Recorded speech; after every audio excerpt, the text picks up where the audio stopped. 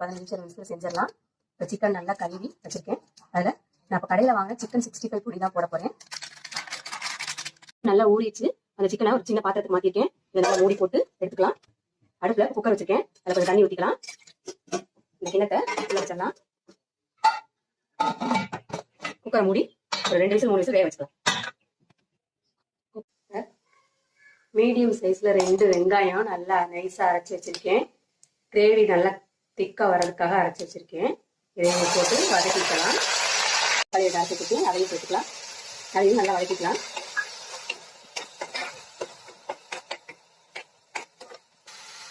இப்போ தக்காளி நல்லா வதங்கிடுச்சு. இதோட நம்ம வேக வச்சோம்ல கிண்ணத்துல எடுத்துட்டு அந்த சிக்கனை இதில் சேர்த்துருவோம். அவ்வளோதாங்க, சிக்கன் நல்லா வெந்து எண்ணெய் தெரிஞ்சு வந்துச்சு. ஸ்டவ் ஆஃப் பண்ணிடலாம். மல்லித்தலை தூவிடலாம். இந்த கிரேவி வந்து கொஞ்சம் தண்ணியா இருக்க மாதிரி நான் இறக்கிருக்கேன். நான் சாதத்தில் ஊற்றி தட்டி சாப்பிட்டுருக்கேன்.